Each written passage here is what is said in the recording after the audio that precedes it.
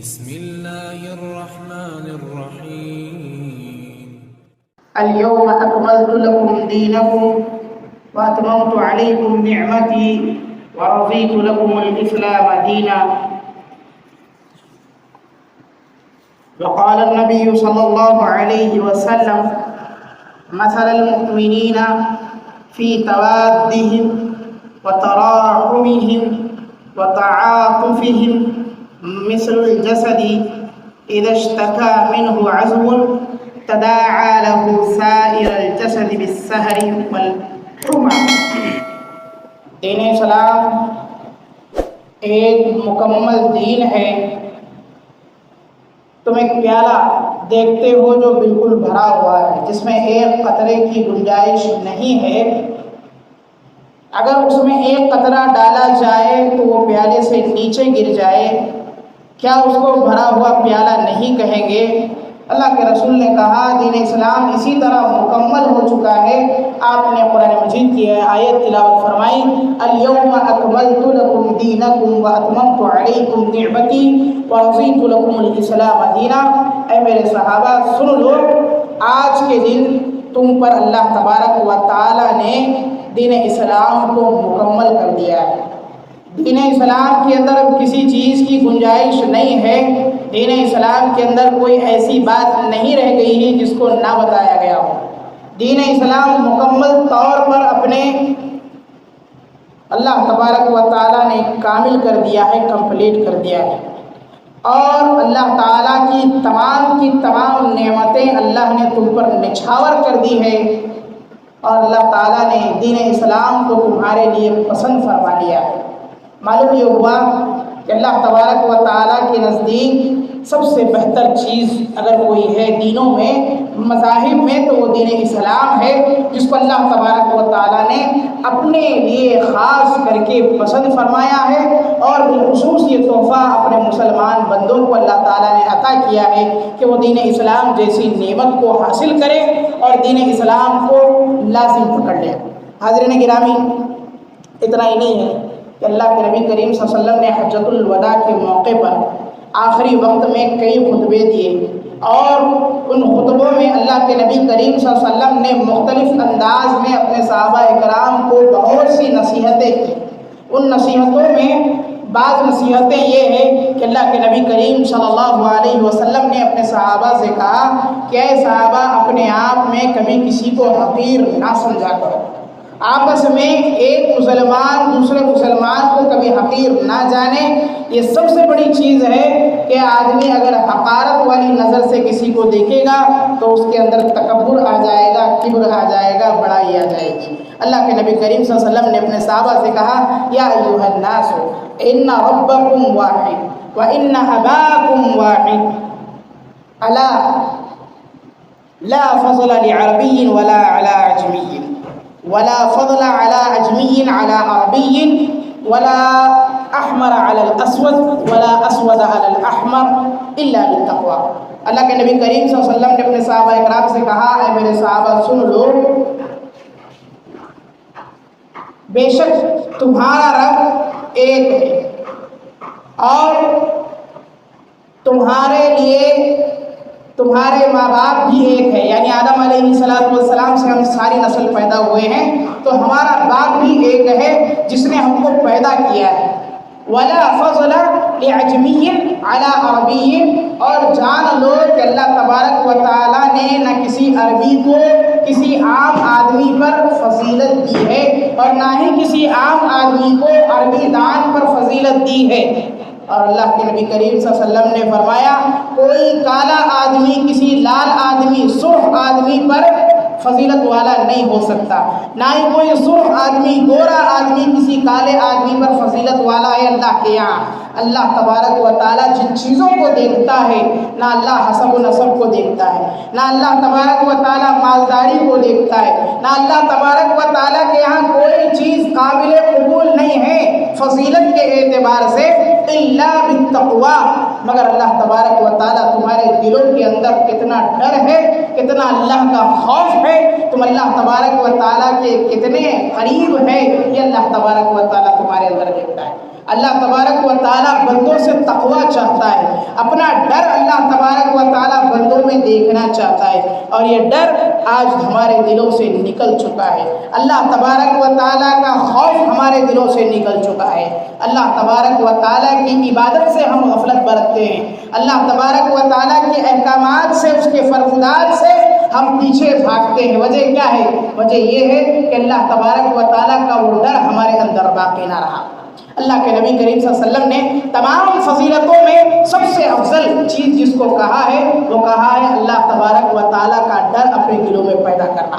حاضرین گرامی، اسی طریقے سے ایک اور حدیث میں اللہ کے نبی کریم صلی اللہ علیہ وسلم نے فرمایا کہ مسلمان کی جان، مسلمان کی عزت اور ساتھ ہی ساتھ مسلمان کے مال کی حفاظت کرنا ہر مسلمان کی ذمہ داری ہے۔ ایک مسلمان کسی مسلمان دوسرے بھائی کی عزت پر حملہ نہیں کر سکتا ہے، ایک مسلمان کسی دوسرے مسلمان بھائی کے مال کو ناجائز حاصل نہیں کرتا ہے، اسے ناجائز ناحق نہیں ڈال لیتا ہے، ہڑپ نہیں لیتا ہے۔ اسی طریقے سے ایک مسلمان کسی دوسرے مسلمان کے ساتھ اس کی عزت کے ساتھ نہیں کھیلتا ہے۔ یہ اللہ کے نبی کریم صلی اللہ علیہ وسلم کی حدیث ہے۔ آپ صلی اللہ علیہ وسلم حجۃ الوداع کے موقع پر کھڑے ہو کر فرمایا، اے میرے صحابہ، یہ کون سا سال ہے، کس سال سے تم گزر رہے ہو؟ صحابہ اکرام نے کہا اللہ کے رسول صلی اللہ علیہ وسلم، اللہ و رسولہ عالم، اللہ اور اس کے رسول زیادہ جانتے ہیں، ہمیں اس کا علم نہیں ہے۔ اللہ کے نبی کریم صلی اللہ علیہ وسلم نے کہا سال 12 مہینے کا ہوتا ہے، اور جس سال سے تم گزر رہے ہو یہ حج کا سال ہے۔ اس کے بعد اللہ کے نبی کریم صلی اللہ علیہ وسلم اپنے صحابہ اکرام سے پوچھتے ہیں، سوال کرتے ہیں، میرے صحابہ یہ شہر کون سا ہے، یہ جگہ کون سی ہے جہاں تم کھڑے ہو؟ اللہ کے نبی کریم صلی اللہ علیہ وسلم کے صحابہ خاموش، کوئی جواب نہیں دی۔ اللہ کے نبی کریم صلی اللہ علیہ وسلم خود خاموش رہے، یہاں تک کہ صحابہ کہتے ہیں ہمیں اس بات کا ڈر ہوا کہ کہیں اللہ کے نبی کریم صلی اللہ علیہ وسلم اس شہر یعنی مکہ کا نام ہی نہ بدل دیں۔ لیکن اللہ کے نبی کریم صلی اللہ علیہ وسلم نے کہا کیا یہ شہر مکہ شہر نہیں ہے؟ صحابہ اکرام نے کہا ہاں اللہ کے رسول صلی اللہ علیہ وسلم یہ شہر مکہ ہی شہر ہے۔ پھر اللہ کے نبی کریم صلی اللہ علیہ وسلم اپنے صحابہ سے سوال کرتے ہیں کہ اے میرے صحابہ یہ مہینہ کون سا مہینہ ہے؟ صحابہ اکرام خاموش۔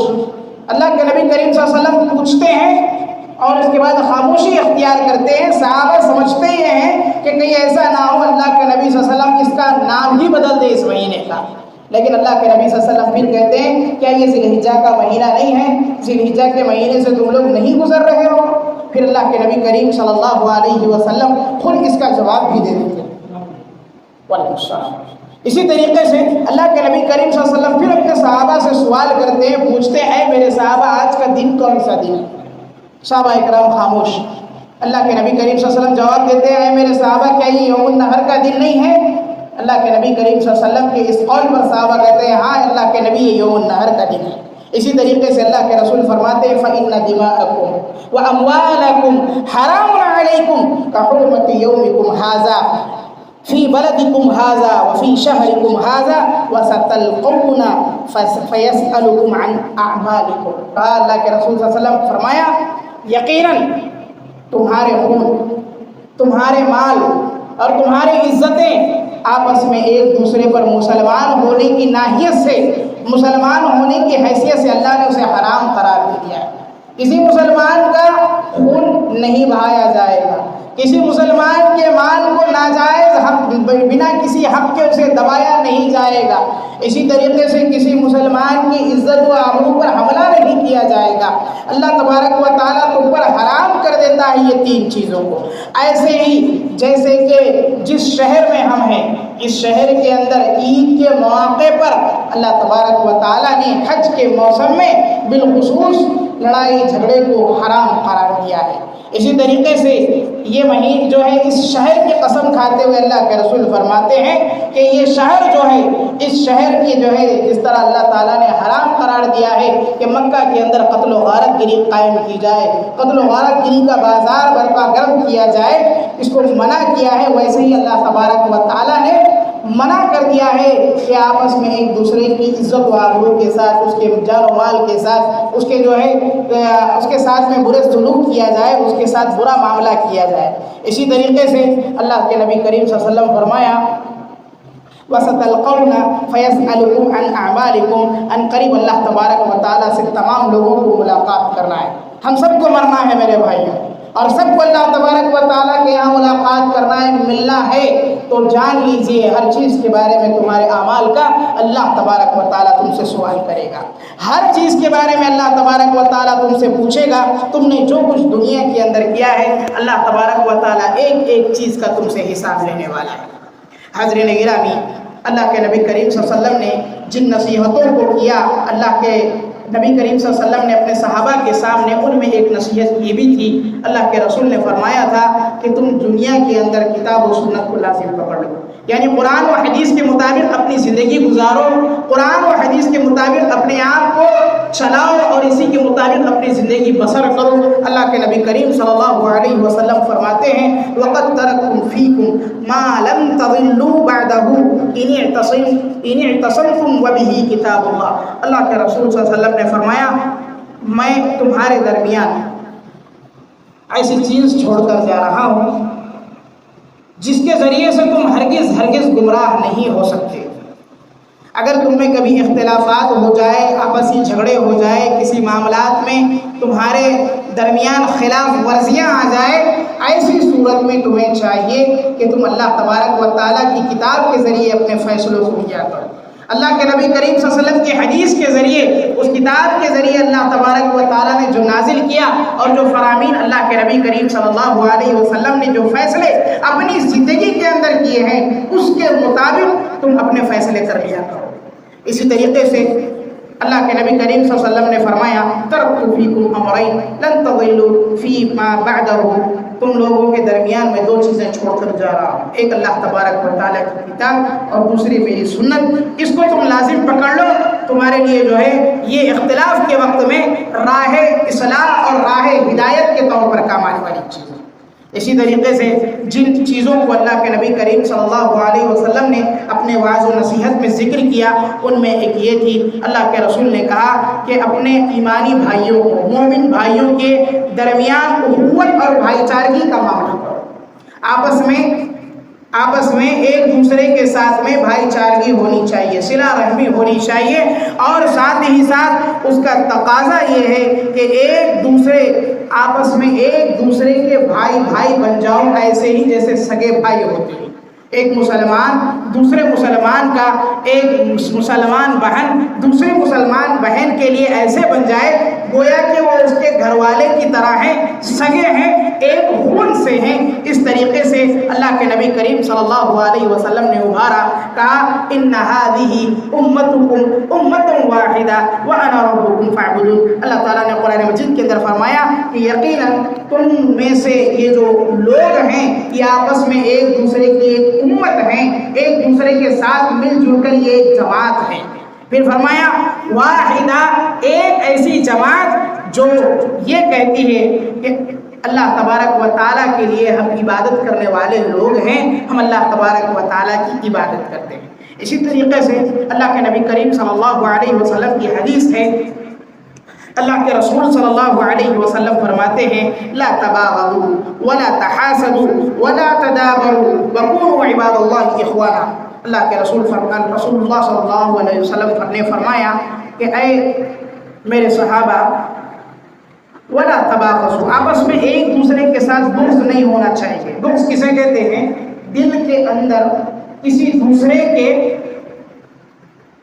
دوسرے کے سامنے، یعنی اپنے دل کے اندر کسی دوسرے کے ایسے جو ہے باتوں کو رکھ لینا جس کو وہ ناپسند کرتا ہو، سننا نہ چاہتا ہو، یا دل کے اندر اس کے خلاف ایسی چیزیں پیدا کر لینا جس کو سن کر آپ کا سامنے والا بھائی ناراض ہو جائے، اسے بغض کہا جاتا ہے. تو یہ بغض آپس میں ایک دوسرے سے مسلمان دوسرے مسلمان کے ساتھ نہ رکھے.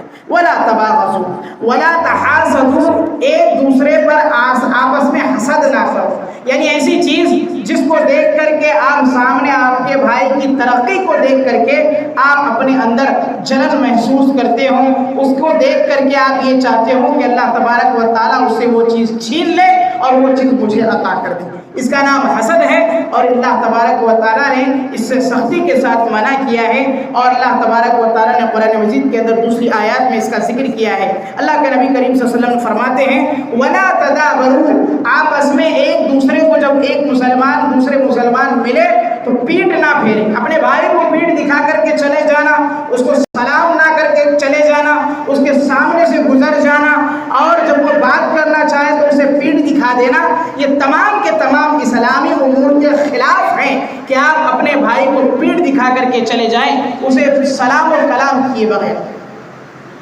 اللہ کے نبی کریم صلی اللہ علیہ وسلم کی حدیث ہے، اللہ کے رسول نے فرمایا کہ جب آپس میں اختلاف ہو جائے فَلَا تَحْجُرَنَّ، آپس میں 3 دن سے زیادہ بات نہ چھوڑیں۔ 3 دن کے بعد آپ کا ہم یہ بنتا ہے کہ آپ اسے سلام کریں، اگر وہ آپ کے سلام کا جواب نہیں دیتا ہے تو کوئی بات نہیں ہے، لیکن سب سے بہتر اور افضل وہ ہوگا جو سلام کرنے میں پہل کرے گا، سب سے پہلے سلام کر دے گا۔ میرے بھائیوں، یہ اسلام کے امور ہیں، اللہ کے نبی کریم صلی اللہ علیہ وسلم کی بہترین تعلیمات ہیں، یہ آداب ہیں جو اسلام ہمیں سکھلاتا ہے۔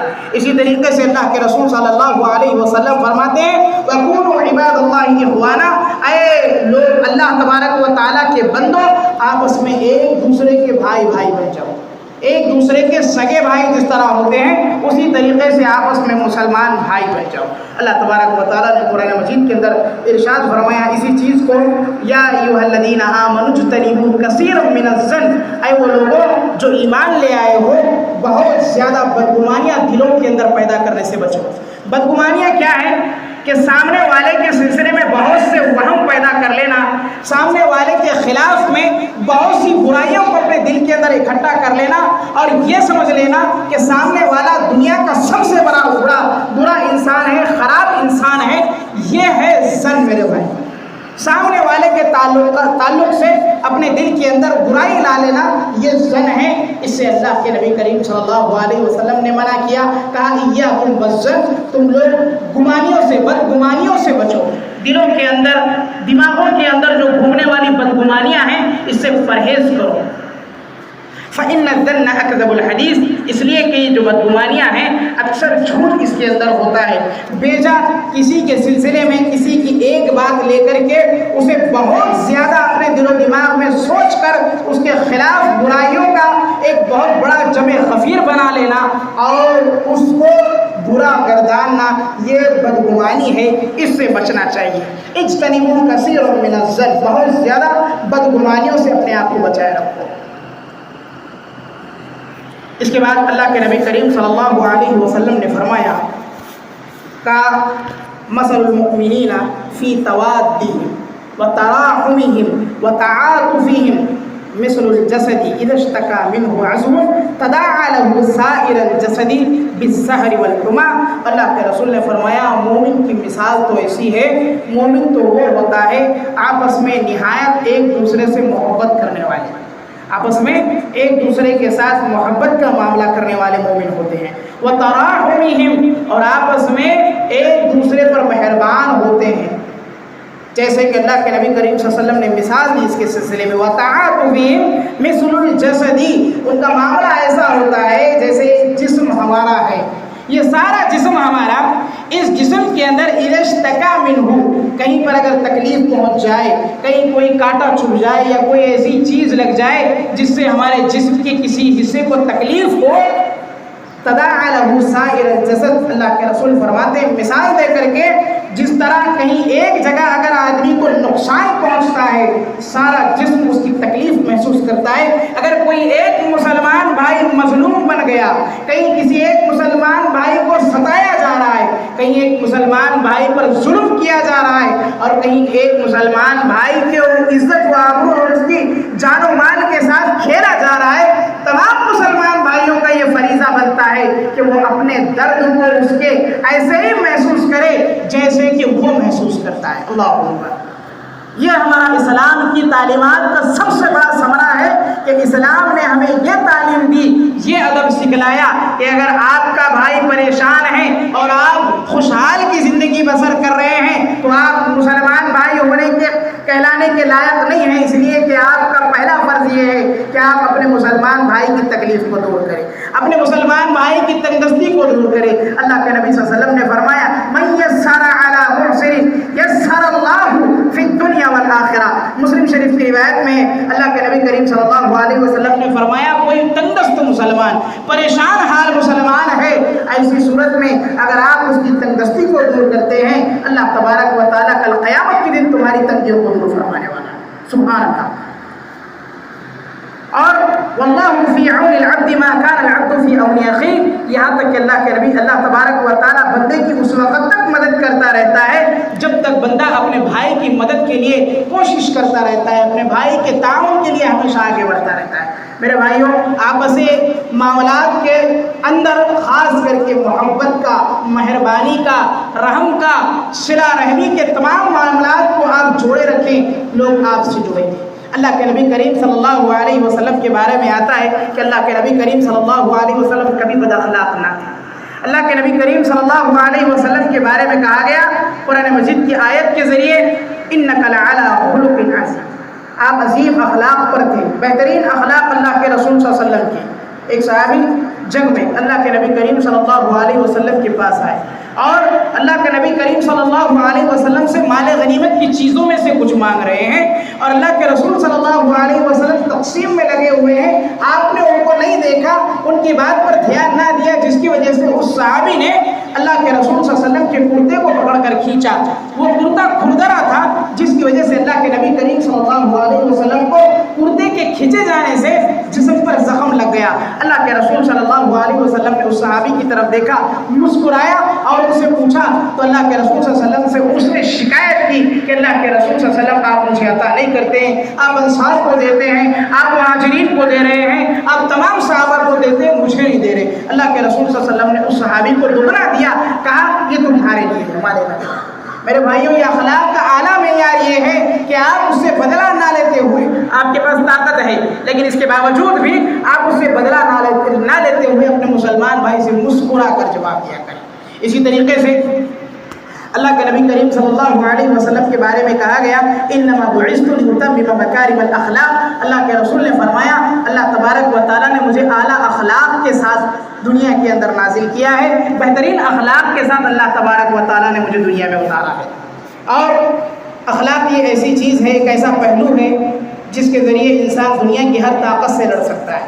اگر آپ کے پاس اخلاق نہیں ہے، بات کرنے کی صلاحیت نہیں ہے اور آپ کسی کو ڈھنگ سے بات نہیں کرتے ہیں تو ایسی صورت میں آپ کی بد اخلاقیوں کا نتیجہ یہ ہوگا کہ آپ دنیا سے لڑنے کی طاقت نہیں رکھیں گے، آپ اپنی وہ بات کو منوا نہ سکیں گے جو اخلاق کے دائرے میں رہ کر منوا سکتے ہیں۔ اگر اخلاق کا پہلو آپ اختیار نہ کریں گے تو میرے بھائیوں نقصان یہ ہوگا کہ آپ خود کو بھی برباد کریں گے، ساتھ ہی ساتھ اپنے اسلام کو بھی برباد کر لیں گے۔ اسی طریقے سے اللہ کے رسول صلی اللہ علیہ وسلم نے یہ دعائیں سکھلائی ہے کہ ہم اپنے مسلمان بھائیوں کے حق میں دعائیں خیر کرتے رہیں، ہم اپنے مسلمان بھائیوں کے حق میں دعائیں خیر کا معاملہ جاری رکھیں، ہم دعا کریں ربنا اغفر لنا ولاخواننا الذین سبقونا بالایمان، اے ہمارے پروردگار ہمارے گناہوں کو بخش دے، ہمیں معاف فرما دے اور ہمارے ان بھائیوں کے گناہوں کو بھی معاف فرما دے جو ہم سے اس دنیا میں پہلے نکل گئے، جو اس دنیا سے چلے گئے، وہ ایمان کی حالت میں گئے ہیں، اللہ تبارک و تعالیٰ ان کی بھی بخشش فرما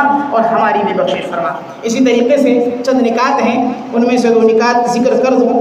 پہلا نقطہ یہ ہے کہ اللہ کے نبی کریم صلی اللہ علیہ وسلم نے بعض چیزوں سے منع کیا، بالخصوص منافقت سے، اور منافقت کے اندر عموماً اللہ کے رسول صلی اللہ علیہ وسلم سے 4 چیزیں ثابت ہیں اور مزید 2 تحقیق کے بعد مجھے ملی ہیں، آپ کے سامنے رکھ دوں۔ منافق کی علامات 4 ہیں، اس میں کوئی شک نہیں ہے۔ اذا حدث کذب، جب بات کرتا ہے منافق تو کیا کرتا ہے؟ جھوٹ بولتا ہے، کثرت سے جھوٹ بولنا یہ منافق کی علامت میں سے ہے، اور ایک مسلمان کے لیے یہ جائز نہیں ہے کہ وہ بلا کسی ضرورت وقت کے جھوٹ بولے، اللہ یہ کہ اگر کسی جان کا مسئلہ ہو، کہیں کسی کی جان جا رہی ہو تو اس جان کو بچانے کی خاطر جھوٹ بولا جا سکتا ہے، لیکن یہ کہ وہ بھی اسلامی شریعت کے دائرے میں رہ کر کے، ورنہ جھوٹ یہ منافق کی علامت ہے۔ دوسری چیز یہ وَإِذَا وَعَدَ أَخْلَفَ، جب اسے وعدہ لیا جاتا ہے کسی چیز کے بارے میں تو وعدہ خلافی کرتا ہے، یہ ایک مسلمان کی علامت نہیں ہے۔ مسلمان کی علامت تو یہ ہے کہ جب وعدہ کرتا ہے وعدے پر پورا اترتا ہے، کسی سے جب پختہ عہد لیتا ہے تو اس کا عہد پورا برابر ہوتا ہے، وہ کسی کے ساتھ میں خلاف ورزی نہیں کرتا ہے۔ اسی طریقے سے اذا اؤتمن خانہ، اور جب اسے امانت دار بنایا جاتا ہے، امین بنایا جاتا ہے مال کا یا کسی امین امانت دار چیز کا، کبھی خیانت نہیں کرتا ہے۔ ایک مسلمان کیا ہوتا ہے؟ خیانت کرنے والا نہیں ہوتا ہے، خائن نہیں ہوتا ہے، کسی کے مال کو ناجائز نہیں لیتا ہے۔ میرے بھائیوں، یہ مسلمان کی پہچان ہے۔ اگر کوئی شخص ان اعمال کو کرتا ہے، بات کرے جھوٹ بولتا ہے، ساتھ ہی ساتھ وعدہ کرے وعدہ خلافی ہو جا رہی ہے، امانت میں خیانتیں ہوتی ہیں، تو ایسے شخص کو مسلمان نہ کہا جائے گا۔ وَإِذَا خَاصَمَ فَجَرَ، اور جب بھی لڑائی جھگڑا ہوتا ہے لوگوں کے ساتھ تو فوراً گالی گلوچ کو اتر جاتا ہے۔ یہ کس کی؟ منافقین کی 4 علامتیں ہیں جو اللہ کے نبی کریم صلی اللہ علیہ وسلم سے موجود ہیں۔ اسی طریقے سے 2 اور خصلتیں ہیں، خصلتان لا تجتمع فی منافق، 2 خصلتیں ایسی بھی ہیں جو منافق کے اندر نہیں ہو سکتی، ایک مسلمان کے اندر یہ پائی جا سکتی ہے۔ منافق کے اندر یہ 2 چیزیں نہیں ہو سکتی ہے، لیکن مسلمان میں یہ 2 چیزیں پائی جائیں گی۔ پہلی چیز یہ ہے حسن سمت، بہترین اخلاق، اچھے اخلاق۔ یہ اچھے اخلاق کی علامت کسی منافق کی نہیں ہے میرے بھائیوں، ایک مسلمان کی علامت ہے کہ بہترین اخلاق اس کے ہوتے ہیں، اچھے اخلاق اس کے ہوتے ہیں۔ اسی طریقے سے چھٹی چیز یہ ہے ولا فقہ الدین، اور دین کی اللہ تبارک و تعالیٰ جن سے سمجھ کو چھین لیتا ہے وہ شخص منافق ہوتا ہے۔ اس کی منافقت کی وجہ یہ ہوتی ہے کہ اس نے دین اسلام کو نہیں سمجھا ہے۔ اگر وہ دین اسلام کو سمجھتا، دین اسلام کی باریکیوں کو وہ جانتا، اس کی گہرائیوں کو وہ دیکھتا، تو کبھی وہ منافقت پر نہ اترتا، وہ مسلمان ہی باقی رہتا۔ اکثر منافقوں کی حالت کیا ہوتی ہے؟ اسلام تو لا لیتے ہیں، برائے نام لوگوں کو دکھانے کی خاطر زبان پر مسلمان ہونے کا دعویٰ ہے، دلوں کے اندر ایمان نہیں ہے، اللہ کا ڈر نہیں، اللہ کا خوف نہیں، نہ اللہ کے نبی کریم صلی اللہ علیہ وسلم کے فرمودات پر چلنے کی انہیں فکر ہوتی ہے، نہ اسے بڑھانے کی۔ بس ان کی فکر کیا ہوتی ہے؟ ہم لوگوں میں یہ دکھلا دیں کہ ہم مسلمان ہیں، اتنا ہمارے لیے کافی ہے۔ جب کافروں میں ہم بیٹھے اٹھے تو ہم ان کے ساتھ ہو جائیں، کافروں کی طرح ہی باتیں کرنے لگے۔ یہ منافقت کی علامت ہے۔ لیکن مسلمان وہ نہیں ہوتا ہے، بلکہ مسلمان یہ غور و فکر کرتا ہے۔ جب نماز پڑھتا ہے تو نماز میں اللہ تبارک و تعالیٰ نے جو چیزوں کو رکھا ہے، جس باریکیوں کو اللہ تبارک و تعالیٰ نے رکھا ہے کہ بندہ اللہ کے سامنے ادب کے ساتھ کھڑا ہو، اس کے سامنے رکوع کرے، اپنے سر کو جھکائے، سجدے میں جائے، اللہ تبارک و تعالیٰ کا ذکر کرتا رہے، رکوع میں اللہ کا ذکر کرتا رہے۔ ان باریکیوں کو جاننا ایک مسلمان کی پہچان ہے، علامت ہے میرے بھائی۔ اسی طریقے سے روزے کے مسائل ہو، حج کے مسائل ہو، زکوٰۃ و صدقات کے مسائل ہو، یہ تمام مسائل میں ایک مسلمان باریکیوں کو دیکھتا ہے اور اس کے اندر دین کی سمجھ حاصل کرنے کی کوشش کرتا ہے۔ لیکن منافق کافروں کی علامت ہے کہ وہ ان دین اسلام کی ان چیزوں کو سمجھنے کے بجائے اسے مخالف کر کے لوگوں کے سامنے یہ بتلانا چاہتے ہیں کہ یہ اسلام کے اندر خامیاں ہیں، یہ اسلام کے اندر برائیاں ہیں، اسلام لانے سے یہ نقصانات ہیں، اپنے مال کو ضائع کرنا ہے، اپنے عبادات کو، بدنی عبادات کو، جسمانی عبادات کو ضائع کرنا ہے، یہ فلاں ہے، یہ فلاں ہے۔ اسی طریقے سے ہمیشہ دعا کرتے رہنا چاہیے اللہ تبارک و تعالیٰ سے، یہ اللہم انی اعوذ بک من منکرات الاخلاق، اے اللہ تبارک و تعالیٰ میں پناہ چاہتا ہوں، میں تیری پناہ میں آنا چاہتا ہوں، تو مجھے برے اخلاق سے، بد اخلاق سے بچا لے۔ دعا کرتے رہنا چاہیے۔ برے اخلاق ایسی چیز ہے جیسا کہ میں نے کہا کہ انسان اگر اخلاق والا ہو تو بڑی سے بڑی طاقت کو ہرا سکتا ہے، لیکن اگر بد اخلاق ہو تو خود کا نقصان کرے گا، ساتھ ہی ساتھ دوسروں کا بھی نقصان کرے گا۔ اسی طریقے سے کسی مسلمان کی پردہ پوشی کرنا۔ پردہ پوشی کیا ہے؟ پردہ پوشی یہ ہے میرے بھائیوں کہ کسی مسلمان بھائی کی کسی عیب کو آپ نے دیکھ لیا ہے، اس کے اندر کسی برائی کو آپ نے دیکھ لیا ہے، اب آپ کا فرض یہ بنتا ہے کہ اس برائی کو دیکھنے کے بعد لوگوں کے سامنے اس کو ظاہر نہ کرتے پھرے، لوگوں کو اس کے سامنے بتلاتے نہ پھرے، بلکہ آپ کا کام یہ ہونا چاہیے کہ جب آپ نے اس کے اس عیب کو دیکھ لیا تو یا تو اگر آپ اصلاح کر سکتے ہیں تو اکیلے میں کریں، اگر اصلاح نہیں کر سکتے ہیں تو ایسی صورت میں اس کو اپنے دل و دماغ میں ہی دفن کر دیں، وہیں اس کو ختم کر دیں، اللہ تبارک و تعالیٰ اس کا بھی آپ کو اجر دینے والا ہے۔ اسی لیے اللہ کے رسول صلی اللہ علیہ وسلم نے فرمایا من ستر مسلمن سترہ اللہ یوم القیامہ، جو دنیا کے اندر کسی مسلمان بھائی کی پردہ پوشی کرتا ہے، اس کے عیبوں کو ڈھانپتا ہے اور اس کے عیبوں کو اکیلے میں اصلاح کرتا ہے، لوگوں کے سامنے افشا نہیں کرتا، بیان نہیں کرتا ہے، لوگوں کے سامنے کھڑے ہو کر اس کی برائی کو بیان نہیں کرتا ہے، تو اللہ تبارک و تعالیٰ کل قیامت کے روز اس کے عیبوں کو ڈھانپے۔ کل قیامت کے دن اللہ تبارک و تعالیٰ اس کے ان عیب کو جو دنیا کے اندر اس نے بہت سے عیب کیے ہیں ان کو اللہ تبارک و تعالیٰ چھپائے گا قیامت کے دن۔ لیکن اگر دنیا کے اندر لوگوں نے اظہار کر دیا، نقصان یہ ہوگا کہ جس کا تم عیب بیان کر رہے ہو وہ اور زیادہ اسلام سے بدزن ہو جائے گا، مسلمانوں سے بدزن ہو جائے گا۔ لہٰذا عیب کو چھپانا اور اس کی پردہ پوشی کرنا یہ بہت ضروری ہے۔ اسی طریقے سے آخری نقطہ بیان کر دوں، اپنے آپ کو اللہ کے نبی کریم صلی اللہ علیہ وسلم نے جو نصیحتیں کی ان میں سے ایک نصیحت یہ کہ غیبت سے خود کو بچائے رکھنا۔ غیبت ایسی چیز ہے جو ہم اپنے بھائی کے پیٹھ پیچھے کر دیتے ہیں، موجود نہیں ہے، اس کی غیر موجودگی میں ہم لوگوں کے سامنے بیان کر دیتے ہیں، اس کی برائیوں کو اس کو بتلا دیتے ہیں، یہ غیبت ہے، اس سے انسان کو بچنا چاہیے۔ اس لیے کہ اللہ کے نبی کریم صلی اللہ علیہ وسلم کی چھوٹی حدیث، مختصر حدیث لیکن بڑی جامع حدیث، لا يدخل الجنت قطات، کہ جنت کے اندر چغل خور غیبت کرنے والے لوگ، ایسے لوگوں کو اللہ تبارک و تعالیٰ کبھی جنت میں داخل نہ فرمائے گا۔ اللہ المستعان۔ آپ لوگوں کے سامنے برائیاں کرتے پھریں گے تو جان لیں اللہ تبارک و تعالیٰ اس غیبت کے نقصان کا چھوٹی سی حدیث کے ذریعے کہا لا يدخل الجنہ، جنت کو حاصل نہیں کر سکتا ہے، جنت نہیں پا سکتا ہے جو غیبت کرتا ہے، پیٹھ پیچھے برائیاں کرتا پھرتا ہے۔ اسی طریقے سے اللہ کے رسول صلی اللہ علیہ وسلم نے فرمایا غیبت یہ ہے ذکر اخاک بما یکرہ، ایسی چیز اپنے بھائی کے سامنے، اپنے بھائی کے پیٹھ کے پیچھے ایسی چیز کو ذکر کر دینا، ایسی چیز کو بتلا دینا جسے وہ سنے، اس کو جب اس بات کا پتہ چلے اسے بہت برا لگے، وہ ناراض ہو جائے، اس کا نام غیبت ہے۔ کہ اللہ تبارک و تعالیٰ مجھے اور آپ کو کہنے اور سننے سے زیادہ عمل کرنے کی توفیق عطا فرمائے۔